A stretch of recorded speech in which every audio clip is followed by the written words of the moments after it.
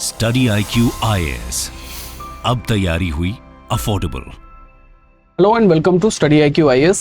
My name is Saurabh Gupta and I teach philosophy optional live on Study IQ IAS.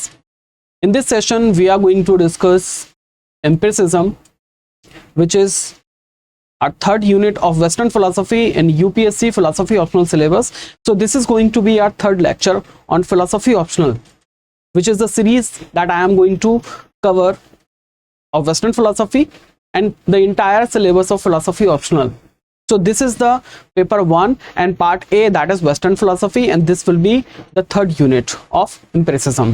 So in empiricism, there are three philosophers given in our UPSC syllabus, that are John Locke, Bishop George Berkeley and David Hume. तो इन तीन philosophers को हम समझने वाले हैं आज के हमारे सेशन में. And whatever there in the UPSC syllabus, we have some topics that we have to understand in today's unit. तो आज के यूनिट में हम, आज के इस सेशन में हम तीनों फिलोसोफर्स के जो भी व्यूज हैं, जो भी फिलोसफी है, जो भी डॉक्ट्रिन है एम्पिरिसिज्म का, उसको हम समझेंगे. उसके बाद में हम इन तीन फिलोसोफर्स के ऊपर बेस्ड जो भी टॉपिक्स दिए गए हैं हमारी यूपीएससी के सिलेबस में, उनको आज हम समझने वाले हैं. एक एक करके हम सबको समझेंगे. तो यूपीएससी के लिए जो फिलोसफी ऑप्शनल का लाइव बैच है वो स्टार्ट हो चुका है. अगर कोई भी डाउट्स होते हैं फिलोसफी से रिलेटेड, तो ये मेरे कुछ टेलीग्राम, इंस्टाग्राम के कुछ आईडीज़ हैं, यहाँ पे आप मुझे पर्सनली कांटेक्ट कर सकते हैं. फिलोसफी से रिलेटेड कोई भी अगर आपका डाउट होता है, तो फिलोसफी से रिलेटेड कहीं भी कोई भी डाउट है, चाहे वो लाइव क्लास से रिलेटेड है या फिर आप पर्सनल आप सेल्फ स्टडी करते हैं, सेल्फ स्टडी में अगर आपको फिलोसफी से रिलेटेड कोई भी डाउट होता है, तो आप मुझसे डायरेक्टली कांटेक्ट कर सकते हैं टेलीग्राम पे. मेरा पर्सनल आईडी यहाँ पे दे रखी है, टेलीग्राम पे आप मुझे कांटेक्ट कर सकते हैं. वहाँ पे हम डिस्कशन कर सकते हैं जो भी फिलोसफी के टॉपिक्स हैं उनका. तो हम समझते हैं कि हमारा जो अगला जो बैच है, that is starting from 29th of November and today is 29th of November. तो आज हमारा ये जो बैच है ये लॉन्च हो चुका है. आज इसका फर्स्ट ओरिएंटेशन क्लास थी. इसमें हम लाइव क्लासेस के साथ साथ स्टडी मटेरियल भी आपको प्रोवाइड करते हैं. स्टडी मटेरियल में आपको हैंड रिटन नोट्स प्रोवाइड करते हैं. हैंड रिटन नोट्स के अलावा जो भी हमारे जो क्रक्स हैं पीडीएफ फॉर्म में आपको वो मिलते हैं. जो भी एक्सटेंसिव नोट्स हैं जिनसे आप एक्सटेंसिव स्टडी करते हैं, कोई भी डाउट्स नहीं रहता आपका, क्योंकि हमारा जो स्टडी मटेरियल है उसमें मैं बहुत ही कॉम्प्रिहेंसिव तरीके से सारे टॉपिक्स को कवर करता हूं, जो कि बेस्ड है हमारे स्टैंडर्ड बुक्स पे. तो कोई भी स्टैंडर्ड बुक्स मैं आपको कभी भी सजेस्ट नहीं करूंगा, क्योंकि जितना भी स्टडी मटेरियल है वो मैं आपको अपनी तरफ से प्रोवाइड कराने वाला हूं. इसके अलावा रिवीजन के लिए मैं आपको माइंड मैप्स भी प्रोवाइड कराता हूँ. सबका जितने भी स्टडी मटेरियल है आपका, सबका जो निचोड़ है वो मैं आपको माइंड मैप्स के थ्रू प्रोवाइड कराता हूं, ताकि एक सरसरी नज़र से जब आप रिवीजन करते हैं एग्जाम से पहले, तो उसको बस आप देख के चले जाइए. आपको पता रहता है कि हाँ भाई, इस यूनिट में मुझे क्या क्या पता होना चाहिए, कौन कौन से पॉइंट्स हैं जो मेरे माइंड में होने चाहिए, और कौन कौन से प्रोबेबल क्वेश्चंस हैं जो आते हैं. इसके अलावा जो हमारे यूनिट्स रहते हैं जिनको मैं एक्सप्लेन करता हूं, उसके एंड में उससे रिलेटेड जो प्रीवियस ईयर के क्वेश्चंस हैं उनको भी मैं डिस्कस करता हूँ. टेस्ट सीरीज भी हमारी इस प्रोग्राम में इंक्लूडेड रहती हैं. 12 आपके टेस्ट रहते हैं, 8 सेक्शनल टेस्ट रहते हैं और 4 फुल लाइन टेस्ट होते हैं, जिन टेस्ट का डिस्कशन भी हमारे लाइव क्लासेस के दौरान होता है. और ये जो कोर्स है ये काफ़ी अफोर्डेबल फीस में आता है. फीस तो इसकी 38,000 है, लेकिन अगर आप मेरा कोड यूज़ करते हैं SG Live, तो ये आपको मिलता है 13,999 में, क्योंकि अभी मंथ एंड सेल जो है वो स्टार्ट हो चुकी है. ये वैलिड रहेगा 38 of November तक. बैच जो है वो ऑलरेडी स्टार्ट हो चुका है.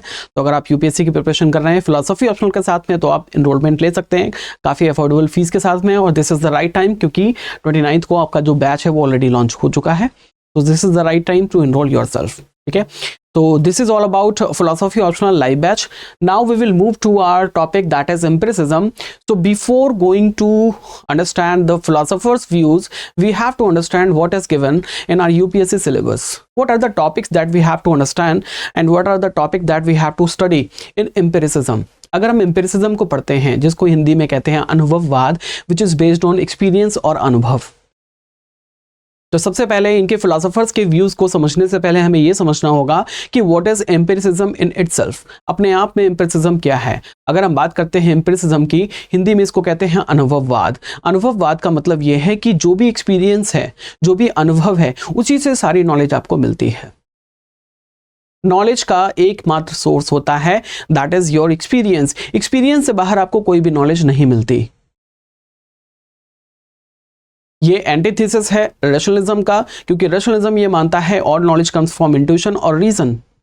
सभी नॉलेज जो है वो सारे जो है वो आपके इनेट आइडियाज़ के फॉर्म में आपके माइंड में रहते हैं। लेकिन जो एम्पिरिसिज्म है वो इस बात को नहीं मानता, वो ये कहता है कि इनेट आइडियाज़ जैसी कोई चीज़ नहीं होती। हमारा जो माइंड है वो ब्लैंक होता है, that is tabula rasa at the time of birth. जब हम पैदा होते हैं तो अपने एक्सपीरियंस से हम इस ब्लैंक स्लेट पे कुछ ना कुछ लिखते हैं। जो तबुला रासा है इस पे हम कुछ ना कुछ लिखते हैं, जो कुछ ना कुछ लिखते हैं वही हमारी नॉलेज होती है अबाउट द वर्ल्ड। तो इसका मतलब यह है कि हमारी जो नॉलेज है उसका जो एकमात्र सोर्स है, जो वैलिड सोर्स है, that is perception only, sense experience only, sense observation only. हम अपने अनुभव से, अपने एक्सपीरियंस से ही नॉलेज को गेन करते हैं इस वर्ल्ड के बारे में। इसके अलावा हमारा जो नॉलेज है वो इससे ऊपर नहीं जाता। विच मीन्स अगर हम बात करते हैं कांट की, तो कांट के अकॉर्डिंग जो हमारी नॉलेज है that is limited to phenomena only. Phenomena का मतलब क्या है? Phenomenal world which is apparent to us, apparent which means which is in the time and space. Time और स्पेस में जो हमारे सामने फिजिकल फॉर्म में एम्पिरिकल रियलिटी हमारे सामने होती है, हम सिर्फ उसी को समझ सकते हैं क्योंकि उसी का सेंस डेटा हमें मिलता है। सेंस डेटा हमें अपने सेंस ऑर्गन से मिलता है जिसको हम परसीव करते हैं और उसी से हमें नॉलेज मिलती है, ऐसा एम्पिरिसिज्म कहता है। And this is called the sole thought of empiricism. अब हम ये समझते हैं कि एम्पिरिसिज्म में हमारे जो टॉपिक्स हैं यूपीएससी के सिलेबस में वो क्या है। सबसे पहले जो है वो है थ्योरी ऑफ नॉलेज, यानी कि एपिस्टेमोलॉजी। एम्पिरिसिज्म की एपिस्टेमोलॉजी क्या है इसको हम समझेंगे। उसके बाद में हम बात करेंगे सब्सटेंस एंड क्वालिटीज की। Substance means ultimate reality. जो हमारे फिलोसोफर्स हैं लॉक, बर्कले और ह्यूम, इनके लिए जो अल्टीमेट रियलिटी है वो क्या है। क्वालिटीज की बात करते हैं, वो क्वालिटीज कौन सी हैं, प्राइमरी और सेकेंडरी क्वालिटीज क्या होती हैं, इसको हम डिस्कस करेंगे जो कि हमारे यूपीएससी के सिलेबस में है। उसके बाद में हमारा नेक्स्ट जो टॉपिक रहेगा that will be self and God. Self means soul, आत्मा, गॉड ईश्वर, इनके बारे में इनके विचार क्या हैं, ये तीनों फिलोसोफर्स के विचार क्या हैं, क्या थॉट्स हैं इनके। नेक्स्ट है आपका स्केप्टिसिज्म, क्योंकि ह्यूम को स्केप्टिक माना जाता है तो उसका स्केप्टिसिज्म क्या कहता है, इसको हम स्टडी करेंगे। सबसे लास्ट में हम डिस्कस करेंगे कॉजेशन ऑफ ह्यूम, जो कि हमारा एम्पिरिसिस्ट फिलोसोफर है दैट इज ह्यूम, उसके हम कॉजेशन को समझेंगे। तो एक एक करके हम स्टडी करते हैं। सबसे पहले हम बात करेंगे थ्योरी ऑफ नॉलेज की। अगर हम बात करते हैं थ्योरी ऑफ नॉलेज की, which means we have to understand the epistemology of empiricism। अनुभववाद का जो थियरी ऑफ नॉलेज है वो ये कहता है कि all knowledge comes from experience alone। जो भी नॉलेज है, जो भी ज्ञान है आपको मिलता है एक्सपीरियंस से। जब हम आंखें खोलते हैं, जब हमारे सेंस एक्सपीरियंस जो हैं वो काम करते हैं, तो हमारे सेंस एक्सपीरियंस से जो हमारे सेंस ऑर्गन्स होते हैं उनके कॉन्टैक्ट में जो भी चीज़ें आती हैं उन चीज़ों के आइडियाज़ हमें प्राइमरी और सेकेंडरी क्वालिटीज़ के थ्रू मिलते हैं। और उन प्राइमरी सेकेंडरी क्वालिटीज़ के जो आइडियाज़ होते हैं उसके थ्रू हम चीज़ों की नॉलेज को गेन करते हैं। फॉर एग्जाम्पल, मैंने आंखें खोली, मेरी आंखों के सामने एक ऑब्जेक्ट रखी है जिसको हम एप्पल बोलते हैं। तो उसको हम एप्पल इसलिए बोलते हैं क्योंकि हमने उसमें एप्पल की क्वालिटीज़ को देखा था। कुछ प्राइमरी क्वालिटीज़ थी, कुछ सेकेंडरी क्वालिटीज़ थी जिनको हम आगे समझेंगे। उन प्राइमरी और सेकेंडरी क्वालिटीज़ से मुझे उस एप्पल के आइडियाज़ को वो एप्पल के आइडियाज़ मिलते हैं। अब वो जो एप्पल के आइडियाज़ मिलते हैं उन आइडियाज़ के थ्रू ही मैंने उसको एप्पल बोला है। जैसे कि उसका शेप, उसका डिज़ाइन, उसका कलर, उसका टेस्ट, उसका वेट, उसका साइज, ये सारी जो क्वालिटीज आपस में मिलके कंबाइन होती हैं तो वो एप्पल को बनाती हैं। इन क्वालिटीज से अलग एप्पल अपने आप में कुछ भी नहीं है।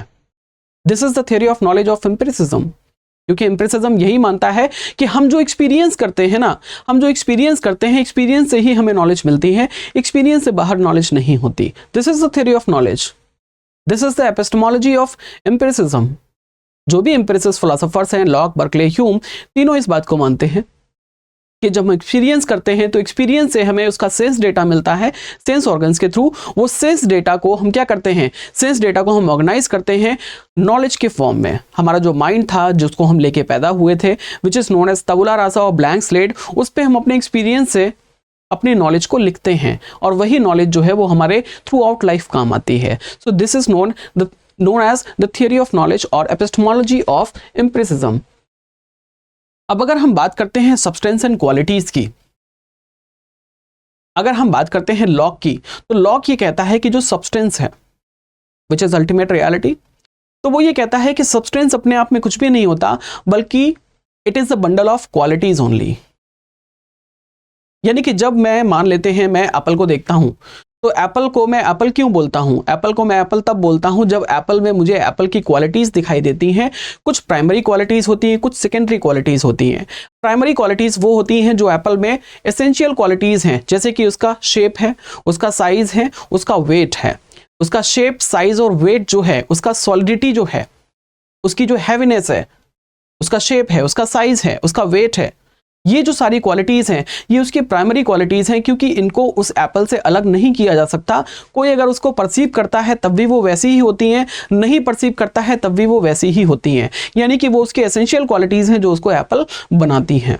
तो these are known as primary qualities. अगर हम बात करते हैं सेकेंडरी क्वालिटीज़ की, तो सेकेंडरी क्वालिटीज़ वो होती हैं जो डिपेंड करती हैं परसीवर के परसेप्शन पे, यानी कि हम जब चीज़ों को जैसा परसीव करते हैं वो हमें वैसी दिखाई देती हैं। किसी को एप्पल पसंद होता है, किसी को एप्पल पसंद नहीं होता। पसंद होने या नहीं होने का क्या मतलब है? किसी को एप्पल का जो टेस्ट है वो पसंद होता है, इसका मतलब ये है कि हर व्यक्ति का जो परसेप्शन है एप्पल के टेस्ट के लिए वो डिफरेंट होता है। तो जो डिफरेंट परसेप्शन है वो डिफरेंट क्वालिटीज़ का परसेप्शन है, और ऐसी जो क्वालिटीज़ हैं जो डिफरेंट परसेप्शन देती हैं डिफरेंट परसीवर्स को, that qualities are known as secondary qualities. जैसे कि उसका कलर, उसका टेस्ट, ये जो क्वालिटीज हैं ये सेकेंडरी क्वालिटीज हैं, ये परसीवर के परसेप्शन पे डिपेंड करती हैं। मान लीजिए किसी को कलर ब्लाइंडनेस है, ये जो रेड एप्पल है उसको ब्लू दिखाई देगा, एक बार को मान लेते हैं, तो उसके लिए तो ये ब्लू ही है, उसके लिए रेड थोड़ी ना है। इसका मतलब ये है कि ये ऐसी क्वालिटी है, जो कलर है वो एक ऐसी क्वालिटी है जो परसीवर के माइंड पे डिपेंड करती है, परसीवर के परसेप्शन पे डिपेंड करती है। तो ऐसी क्वालिटीज जो होती हैं जो परसीवर के परसेप्शन पे डिपेंड करती हैं, these are known as secondary qualities. और जब भी हम इस वर्ल्ड में किसी भी चीज़ को देखते हैं तो हम उस चीज़ को नहीं जानते कि वो अपने आप में क्या है, बल्कि हम उसकी सिर्फ क्वालिटीज से ही हम उसको पहचानते हैं, उसकी प्राइमरी और सेकेंडरी क्वालिटीज के थ्रू। हम उसकी प्राइमरी और सेकेंडरी क्वालिटीज को के कॉम्बिनेशन को हम बोलते हैं कि दिस इज एक्स थिंग और दिस इज सेड ऑब्जेक्ट, कि ये एप्पल है, ये मार्कर है, ये बोर्ड है, ये क्लास है, ये कैमरा है, ये लाइट है, ये है, ये वो है। हम जो भी चीज़ों को देखते हैं हर चीज़ अपने आप में कुछ भी नहीं होती, बल्कि it is the bundle of qualities only. ये बंडल ऑफ क्वालिटीज़ होता है, हम क्वालिटीज़ के थ्रू चीज़ों को पहचानते हैं, ऐसा एम्पिरिसिस्ट फिलोसोफर्स कहते हैं। आगे हम बात करते हैं, अब हम बात करेंगे सेल्फ एंड गॉड की। अगर हम बात करते हैं एम्पिरिसिस्ट फिलोसोफर्स की, लॉक, बर्कले और ह्यूम, तो जो लॉक है वो गॉड में विश्वास करता है। हालांकि अगर देखा जाए ना तो ये जो तीनों फिलोसोफर्स हैं, चाहे लॉक हो गया, बर्कले हो गया, ह्यूम हो गया, ये तीनों के तीनों मैथमेटिशियंस हैं, और इनकी जो फील्ड ऑफ मैथ्स है दैट इज ज्योमेट्री। तो इनका जो ऑब्जेक्टिव था, प्राइमरी ऑब्जेक्टिव था, वो ये था, जैसे मैथ्स होती है वो ऑब्जेक्टिव होती है।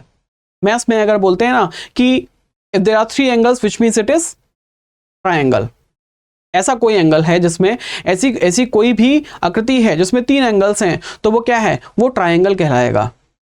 ये ऑब्जेक्टिव रियलिटी है और इसको सभी लोग एक्सेप्ट करते हैं, इसमें सब्जेक्टिविटी नहीं होती, ये यूनिवर्सली एक्सेप्टेड है, इसमें कोई भी कॉन्फ्लिक्ट नहीं होता।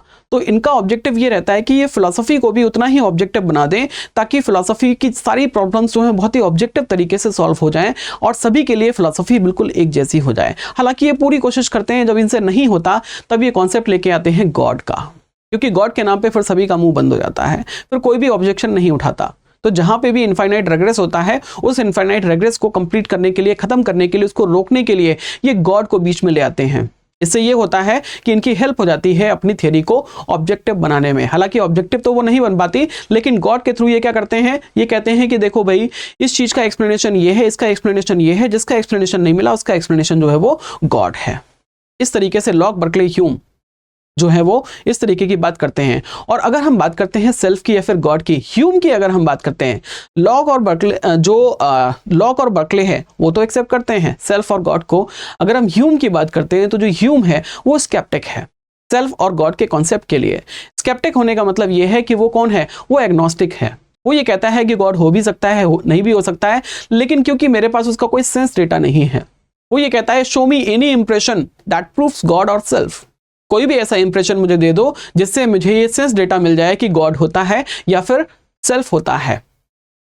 तो मैं ये मान लूंगा, लेकिन क्योंकि मुझे ऐसा कोई परसेप्शन नहीं मिलता, ऐसा कोई सेंस डेटा नहीं मिलता, तो मैं ये नहीं मानता कि गॉड होता है, लेकिन मैं ये भी नहीं कहता कि वो नहीं होता है। मैं इसके लिए एग्नोस्टिक हूं। तो उसके जो व्यूज हैं सेल्फ और गॉड के लिए वो कैसे हैं, वो एग्नोस्टिक व्यूज हैं। अगर हम बात करते हैं सेल्फ की, तो सेल्फ के लिए वो ये कहता है कि सेल्फ अपने आप में कुछ भी नहीं है but a series of experiences. वो ये कहता है कि हम इतने सारे एक्सपीरियंसेस लेते हैं, जो हम इतने सारे एक्सपीरियंसेस लेते हैं, तो जो एक्सपीरियंस लेने वाला है हम जनरली उसको सेल्फ मान लेते हैं, यानी कि आत्मा मान लेते हैं।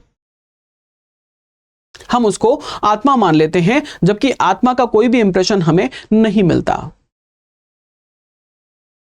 तो यही है उसके लिए सेल्फ का कॉन्सेप्ट। आगे अगर हम बात करते हैं हमारे नेक्स्ट टॉपिक की, तो दैट इज स्केप्टिसिज्म। ह्यूम जो है वो ये कहता है कि वर्ल्ड में हम जो कुछ भी एक्सपीरियंस करते हैं, हम जो कुछ भी देखते हैं, वो डिपेंड करता है उसकी क्वालिटीज के ऊपर, क्योंकि हम उसकी जो प्राइमरी और सेकेंडरी क्वालिटीज हैं उसी के थ्रू हम उसको समझते हैं। अपने आप में तो वो कुछ भी नहीं है। It is the bundle of qualities. हम जो भी चीज को समझते हैं वो बंडल ऑफ क्वालिटीज के थ्रू ही समझते हैं। हम कहते हैं कि ये एक्स थिंग है, ये एक्स पर्सन है। वो एक्स पर्सन या फिर एक्स थिंग कैसे होता है, क्योंकि उसमें एक्स क्वालिटीज होती हैं। कुछ प्राइमरी क्वालिटीज होती है, कुछ सेकेंडरी क्वालिटीज होती हैं। और कई बार ऐसा भी होता है कि हम एक इवेंट के बाद दूसरी इवेंट को होते हुए देखते हैं, दूसरी के बाद तीसरी इवेंट देखते हैं, तीसरी के बाद चौथी इवेंट देखते हैं, चौथी के बाद पांचवी इवेंट होते हुए देखते हैं। तो हमें ऐसा लगता है कि दूसरी इवेंट का कॉज फर्स्ट कॉज है और तीसरी इवेंट का कॉज जो है वो सेकेंड कॉज है। यानी कि ए के बाद अगर बी आया है तो इसका मतलब ये है कि बी का कॉज ए है। हमें ऐसा लगता है, इस तरीके से हम कॉजेशन को लगा लेते हैं। तो जो ह्यूम है वो ये कहता है कि ये हमेशा ठीक नहीं हो सकता, हमेशा ये सच नहीं हो सकता। हम कैसे कह सकते हैं, हम कैसे कह सकते हैं कि बाद में जो चीज आई है वो पहले वाले का इफेक्ट है और पहले वाली जो चीज है वो उसका कॉज है। हमारे पास इसका कोई सेंस डेटा नहीं है, हमारे पास इसका कोई भी इंप्रेशन नहीं है, हमारे पास इसका कोई प्रूफ नहीं है। तो हम नहीं कह सकते कि बाद वाली जो चीज है वो पहले वाली चीज का इफेक्ट है और पहले वाली जो चीज है वो बाद वाली चीज का कॉज है। इस तरीके से जो कॉजेशन है वो सिर्फ हमारे माइंड की क्रिएशन है। कॉजेशन अपने आप में कुछ भी नहीं होता। इसका मतलब यह है कि चीजों का जो एग्जिस्टेंस है उसका कॉज क्या है, इसके लिए ह्यूम बहुत ही स्केप्टिक है। इसीलिए उसको स्केप्टिक कहा जाता है और उसकी ये जो फिलॉसफी है इसको कहा जाता है स्केप्टिसिज्म। इसकी फिलॉसफी को स्केप्टिसिज्म कहा जाता है। अब अगर हम बात करते हैं एम्पिरिसिज्म की, तो जो स्केप्टिसिज्म है वो यहीं तक नहीं रहता। अगर हम बात करते हैं स्केप्टिसिज्म की, तो जैसे कि रैशनलिस्ट हैं वो ये कहते हैं कि कुछ आइडियाज हमारे माइंड में इनेट होते हैं। जब मैं पैदा होता हूं तो कुछ आइडियाज को इनेट लेके पैदा होता हूं, जैसे कि idea of my self and idea of God, ईश्वर का आइडिया और मेरे सेल्फ का आइडिया यानी कि मेरे आत्मा का आइडिया। ये सारे आइडियाज को मैं पहले से इनहेरेंटली लेके पैदा होता हूं, जो मेरी सोल में इनहेरेंट होते हैं, यानी कि वो इनेट आइडियाज होते हैं जिनको मैं पहले से जानता हूं। लॉक कहता है कि ऐसे कोई भी आइडियाज हमारे माइंड में पहले से नहीं होते। हमारा जो माइंड है, जब हम पैदा होते हैं तो हमारा माइंड जो है वो ब्लैंक स्लेट होता है, विच इज तबुला रासा। वो ये कहता है कि वो तबुला रासा है, अपनी लैंग्वेज में वो कहता है तबुला रासा, विच मीन्स ब्लैंक स्लेट। इसका मतलब ये है कि अगर हमारा माइंड जो है वो ब्लैंक स्लेट है तो उसमें कुछ भी नहीं लिखा है, हमें जो कुछ भी लिखना है अपने सेंस परसेप्शन से ही लिखना है। अगर हम बर्कले की बात करते हैं तो बर्कले कहता है कि इस वर्ल्ड में कुछ भी मटेरियल ऑब्जेक्ट्स नहीं है। वो इमटेरियलिज्म को सपोर्ट करता है। उसका जो इमटेरियलिज्म है वो सब्जेक्टिव आइडियलिज्म के नाम से भी जाना जाता है। वो ये कहता है SC/ST परसीपी, which means to be is to be perceived. अगर कोई चीज है तो उसको परसीव होना पड़ेगा। जो चीजें परसीव होती हैं वही चीजें एग्जिस्ट करती हैं। जिन चीजों का परसेप्शन हम नहीं ले सकते उन चीजों का एग्जिस्टेंस भी नहीं होता। इसका मतलब यह है कि हम जितनी चीजों को परसीव करते हैं उनकी प्राइमरी या फिर सेकेंडरी क्वालिटीज के थ्रू सिर्फ उन्हीं का एग्जिस्टेंस होता है। जिनका हम परसेप्शन नहीं लेते उनका कोई एग्जिस्टेंस नहीं होता। अगर हम बात करते हैं एनालिटिकल फिलोसोफर मूर की, तो वो इसको काफी क्रिटिसाइज करता है। वो ये कहता है कि मेरे घर में मान लेते हैं एक टेडी बियर है, मैं अपने घर पे टेडी बियर के साथ में खेलता हूं, वो रखा है मेरे रूम में, मैं घर पे जाता हूं, उसके साथ में खेलता हूं, शाम को मैं अपने सर से उसको लगा के सो जाता हूं, रात में उसको सर के नीचे लगा के सो जाता हूं और अगले दिन मैं यहाँ पे क्लास में पढ़ाने के लिए आ जाता हूं। अब अगर हम बात करते हैं इसके स्केप्टिसिज्म की अगर हम बात करते हैं सब्जेक्टिव आइडियलिज्म की, SC/ST perceive p to be is to be perceive, इसका मतलब ये है कि जब मैंने टेडी बियर देखा अपने घर पे तब तो वो एग्जिस्ट कर रहा है, लेकिन जब मैं यहाँ पे क्लास में पढ़ा रहा हूँ तो मेरे घर में वो जो टेडी बियर है वो एग्जिस्ट नहीं करता, बल्कि मेरा घर ही एग्जिस्ट नहीं करता क्योंकि मैं इसको अभी परसीव नहीं कर पा रहा हूँ। ऐसा तो नहीं होता। This is philosophically unsound. जिन चीजों को हम परसीव नहीं करते वो भी चीजें एग्जिस्ट करती हैं, और ये बात हम अच्छे से जानते हैं। इस तरीके से जो हमारा एनालिटिकल फिलोसोफर है जॉर्ज एडवर्ड मूर, वो बर्कले के सब्जेक्टिव आइडियलिज्म को रिजेक्ट करता है, उसको रिफ्यूट करता है। लेकिन यहाँ पे जो एनालिटिकल फिलोसोफर मूर है वो भी गलती करता है। उसको ये लगता है कि उसने पूरे आइडियलिज्म को रिजेक्ट कर दिया, जबकि पूरे आइडियलिज्म को रिजेक्ट नहीं करता, क्योंकि आइडियलिज्म एक बड़ा स्कूल ऑफ थॉट है जिसमें प्लेटोनिक आइडियलिज्म भी आता है, सब्जेक्टिव आइडियलिज्म भी आता है। प्लेटोनिक आइडियलिज्म प्लेटो का, सब्जेक्टिव आइडियलिज्म बर्कले का, जिसमें एब्सोल्यूट आइडियलिज्म हीगल का भी आता है, और ट्रांसेंडेंटल आइडियलिज्म कांट का भी आता है। बाकी वर्जन्स को वो रिफ्यूट नहीं कर पाता, वो सिर्फ रिफ्यूट कर पाता है बर्कले के सब्जेक्टिव आइडियलिज्म को, और उसको ये लगता है कि उसने पूरा आइडियलिज्म जो है वो रिफ्यूट कर दिया। इस तरीके से हम देखते हैं कि जो एम्पिरिसिज्म स्कूल ऑफ थॉट है उसमें स्केप्टिसिज्म होता है। इस तरीके से हम देखते हैं कि जो एम्पिरिसिज्म है वो स्केप्टिसिज्म को बढ़ावा देता है। ठीक है, चलिए आगे बात करते हैं। हमारा नेक्स्ट जो टॉपिक है दैट इज कॉजेशन। अगर हम बात करते हैं ह्यूम के कॉजेशन की, तो ह्यूम जो है वो ये कहता है कि हम कई सारी इवेंट्स को एक साथ होते हुए देखते हैं। हम क्योंकि कई सारी इवेंट्स को एक साथ होते हुए देखते हैं तो हमें ऐसा लगता है जब एक इवेंट के बाद में दूसरी इवेंट होती है, दूसरे के बाद में तीसरी इवेंट होती है, तीसरे के बाद चौथी इवेंट होती है, तो हमें ऐसा लगता है कि जो पहली वाली इवेंट है वो दूसरी इवेंट की कॉज है, और जो दूसरी इवेंट है वो तीसरी इवेंट की कॉज है, और जो तीसरी इवेंट है वो इफेक्ट है दूसरी वाली इवेंट का, और जो दूसरी इवेंट है वो इफेक्ट है पहली वाली इवेंट का। यानी कि कॉज एंड इफेक्ट रिलेशनशिप इस तरीके से हम क्या करते हैं, लगा देते हैं। वो ये कहता है कि कॉजेशन अपने आप में कुछ भी नहीं होता। कॉजेशन जो है वो अपने आप में कुछ भी नहीं होता। जो कुछ भी है कॉजेशन, जो हम कॉजल रिलेशनशिप लगाते हैं वो फिलोसॉफिकल नहीं होती, बल्कि वो मेंटल होती है। हमारी हैबिट हो जाती है चीजों को इस तरीके से देखने की। फॉर एग्जाम्पल, बादल आते हैं, बादल आते हैं, बिजली चमकती है, बादल आते हैं और बिजली चमकती है, तो हम क्या करते हैं, हमें ऐसा लगता है कि अब बारिश होने वाली है, क्योंकि हमें ऐसा लगता है कि जो बारिश है, बारिश का जो कॉज है वो बादल और बिजली है। बादल और बिजली जो है वो बारिश का कॉज है, हमें ऐसा लगता है। ऐसा हमें इसलिए लगता है क्योंकि कई बार ऐसा हुआ है कि बादल आए हैं, बिजली कड़की है और साथ में बाद में बारिश हो गई। ऐसा कई बार हमने होते हुए देखा है, तो हमारी एक मेंटल हैबिट बन गई है तीनों को एक साथ देखने की, बादल और बिजली के साथ में बारिश को भी देखने की। तो इसका मतलब क्या है कि जो हमने कॉज और इफेक्ट का रिलेशनशिप लगाया है ना, बादल, बारिश और बिजली के बीच में, ये कोई फिलोसॉफिकल रिलेशनशिप नहीं है, ये साइकोलॉजिकल रिलेशनशिप है। साइकोलॉजिकल का मतलब ये है कि हमारी मेंटल हैबिट बन गई है, हम इस तरीके से उसको देखते हैं, जबकि ये रियलिटी नहीं है। अगर ये रियलिटी होती तो जब जब बादल आते, बिजली चमकती, तो तब बारिश होती, लेकिन हमेशा ऐसा नहीं होता है। कई बार ऐसा होता है कि बादल होते हैं लेकिन बारिश नहीं होती। इसका मतलब ये है कि बादल और बारिश के बीच का जो रिलेशनशिप है वो कोई फिलोसॉफिकल रिलेशनशिप नहीं है। वो कैसा है, वो मेंटल रिलेशनशिप है। हमारी मेंटल अंडरस्टैंडिंग जो है वो इस चीज को मानती है कि भाई बादल आए हैं तो अब बारिश भी होगी। इस तरीके से वो ये कहता है कि इफेक्ट में कॉज को जनरेट करने की कोई पावर होती है, इसको वो एक्सेप्ट नहीं करता। और वो इस बात को भी एक्सेप्ट नहीं करता कि इफेक्ट और कॉज के बीच में कोई फिलोसॉफिकल रिलेशनशिप होता है, बल्कि दोनों के बीच में कोई कैसा होता है, वो एक साइकोलॉजिकल रिलेशनशिप होता है। इंडियन फिलोसफी में अगर हम इन्फ्रेंस की बात करते हैं, अनुमान प्रमाण की, तो अनुमान में भी तो हम यही करते हैं ना कि बादलों को देख के हम अनुमान लगाते हैं, लेकिन अनुमान के बीच पीछे तीन चीजें काम करती हैं। एक होता है हेतु, दूसरा साध्य और तीसरा व्याप्ति। हेतु का मतलब होता है जिसको हम देख पाते हैं। बादलों को हम देख पा रहे हैं तो बादल हमारे लिए हेतु हैं। बारिश को तो अभी हम नहीं देख पा रहे हैं, इसका मतलब यह है कि बारिश का हमने सिर्फ आइडिया लगाया है। बारिश का हमने सिर्फ आइडिया लगाया है कि बारिश आने वाली है, इसका मतलब बारिश जो है वो हमारे लिए साध्य है। लेकिन बादलों को देख के हमने बारिश का आइडिया कैसे लगा लिया, इसका मतलब यह है कि दोनों के बीच में कोई ना कोई रिलेशन होगा। वो रिलेशन क्या है, उस रिलेशन को इंडियन फिलोसफी में व्याप्ति कहा जाता है। इसका मतलब यह है कि अगर हमें बादलों को देख के बारिश का अनुमान लगाना है तो हमारे पास दोनों के बीच का कोई रिलेशन होना चाहिए, जिसको हम व्याप्ति कहते हैं। और व्याप्ति जो है वो स्ट्रांग होना चाहिए, क्योंकि व्याप्ति स्ट्रांग होगा तभी जब जब बादल आएंगे तभी बारिश होगी।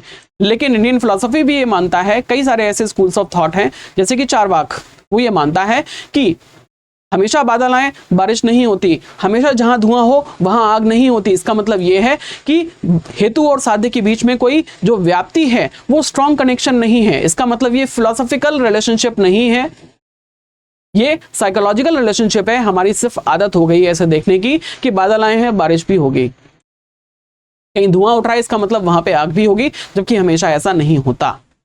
सो this is known as causation of Hume. Clear? चलिए, so this is all about empiricism. तीनों फिलोसोफर्स को हमने डिस्कस किया। Now we will discuss our most important part, that is previous year questions. कि एम्पिरिसिज्म में जो प्रीवियस ईयर के questions हैं उनको हम डिस्कस करते हैं, आपको पता चलेगा क्वेश्चंस पूछे कैसे जाते हैं। 2023 में 15 नंबर का क्वेश्चन पूछा गया था, discuss Descartes theory of innate ideas and grounds on which Locke refutes it. Descartes के जो इनेट आइडियाज को जो कॉन्सेप्ट है, जो लॉक है, उसको कैसे रिफ्यूट करता है। 2023 में क्वेश्चन पूछा गया था 15 नंबर का। तो जो डेकार्ट्स है वो ये कहता है कुछ इनेट आइडियाज को लेके मैं पैदा होता हूं जो मेरे माइंड में पहले से होते हैं, जैसे कि idea of my self and idea of my God. लेकिन जो लॉक है वो इसको रिफ्यूट करता है, वो ये कहता है कि कोई भी आइडिया लेके मैं पैदा नहीं होता। जब मैं पैदा होता हूं तो मेरा जो माइंड है वो ब्लैंक स्लेट होता है, तबुला रासा होता है, उसमें मैं एक्सपीरियंसेस से अपनी नॉलेज को लिखता हूं। तो जो भी नॉलेज है वो मुझे एक्सपीरियंस से मिलती है, इनेट आइडियाज जैसी कोई चीज नहीं होती। नेक्स्ट जो क्वेश्चन है, that is sensible things are those only which are immediately perceived by sense. Explain Berkeley's theory of knowledge with reference to the above statement. 2021 में 10 नंबर का क्वेश्चन आया था। यानी कि सेंसिबल थिंग्स जो हैं वो हैं जो कि मुझे सेंसेस से पता चलती हैं। यानी कि जो नॉलेज का जो एकमात्र सोर्स है वो क्या है? परसेप्शन है। Which means for existence perception is necessary. वो ये कहता भी है ना कि SC ST perceive P, to be is to be perceived. यानी कि किसी भी चीज के एग्जिस्टेंस के लिए उसका परसीव होना जरूरी है। तो इसका मतलब ये भी है कि जिस चीज को मैं परसीव नहीं कर पाता उसका एग्जिस्टेंस भी नहीं होता, ऐसा कहना चाहता है बर्कले, बिशप जॉर्ज बर्कले, जो ये कहता है कि मटेरियलिज्म जो है वो रॉन्ग है। मटेरियलिज्म को वो एक्सेप्ट नहीं करता। कोई भी मटेरियल चीज अपने आप में एग्जिस्ट नहीं करती, उसका जो एग्जिस्टेंस है वो हमारे माइंड में रहता है, आइडियाज की फॉर्म में, which is known as subjective idealism और इमटेरियलिज्म। इस तरीके से हम इसको एक्सप्लेन करेंगे। नेक्स्ट जो क्वेश्चन है, that is question number 3, critically analyse Hume's argument that causality is a matter of habit और custom involving psychological principle of association. 2023 में 20 नंबर का क्वेश्चन आया है, काफी अच्छा वेटेज है इसमें। ह्यूम का ये जो कॉजेशन है काफी इंपॉर्टेंट है। इसमें आपको ये समझाना है कि ह्यूम किस तरीके से ये बोलता है कि जो हेतु और साध्य है उसके बीच में जो व्याप्ति है, उसमें वो जो व्याप्ति है यानी कि जो रिलेशन है हमारा हेतु और साध्य के बीच में, वो स्ट्रॉन्ग रिलेशन नहीं है। स्ट्रॉन्ग रिलेशन होता तो वो फिलोसॉफिकल या फिर लॉजिकल रिलेशन होता, जबकि वो लॉजिकल रिलेशन ना हो के वो कैसा है? वो साइकोलॉजिकल रिलेशन है, जो कि हमारी सिर्फ हैबिट है। जब हम दो चीजों को एक साथ आते हुए देखते हैं, एक के बाद में दूसरी चीज, तो हमें ऐसा लगता है कि जो दूसरी चीज है वो पहली चीज का इफेक्ट है और जो पहली चीज है वो हमारी दूसरी चीज का कॉज है। हमें ऐसा लगता है, जबकि ये फिलोसॉफिकली सिग्निफिकेंट नहीं है। फिलोसॉफिकली इसमें कोई भी फिलोसॉफिकल नेसेसिटी नहीं है, जबकि ये साइकोलॉजिकल होता है, ये सिर्फ हमारी हैबिट होती है। इस तरीके से इसको हम एक्सप्लेन करेंगे। So this is all about empiricism and this is our third lecture. Next lecture जो होने वाला है वो होने वाला है आपका कांट का। तो अगली वीडियो आपके लिए काफी इंपॉर्टेंट होने वाली है, जिसमें हम कांट की फिलोसफी को समझेंगे। कांट रैशनलिज्म और एम्पिरिसिज्म दोनों को रिकंसाइल करने का काम करता है। वो ये कहता है percept without concepts are empty while concept without percepts are blind, जो कि हमारे 2023 के क्वेश्चन में सबसे पहला क्वेश्चन आया हुआ था। 2023 का जो एग्जाम हुआ था आपका मेंस का, उसमें सबसे पहला क्वेश्चन था वेस्टर्न फिलोसफी में, जिसको एक्सप्लेन करने के लिए वो बोलता है कि कांट किस तरीके से रैशनलिज्म और एम्पिरिसिज्म दोनों को रिकंसाइल करता है। तो इन सब चीज़ों को हम पढ़ने वाले हैं हमारे नेक्स्ट लेक्चर में, जो कि बहुत इंपॉर्टेंट है। कोई भी अगर डाउट है तो आप मुझे टेलीग्राम पे या फिर इंस्टाग्राम पे मुझे मैसेज करके मेरे से डिस्कस कर सकते हैं। जो हमारा लाइव कोर्स है वो स्टार्ट हो चुका है, जिसकी फीस काफ़ी अफोर्डेबल है अगर आप मेरा कोड करते हैं SG Live। इसके अलावा हमारा जो स्टडी मटेरियल है वो Amazon पे अवेलेबल है, वहाँ से आप परचेज कर सकते हैं। सो this is all about this session. Thank you so much for joining my class. Have a good day, good luck, नमस्कार। स्टडी IQ IAS, अब तैयारी हुई अफोर्डेबल।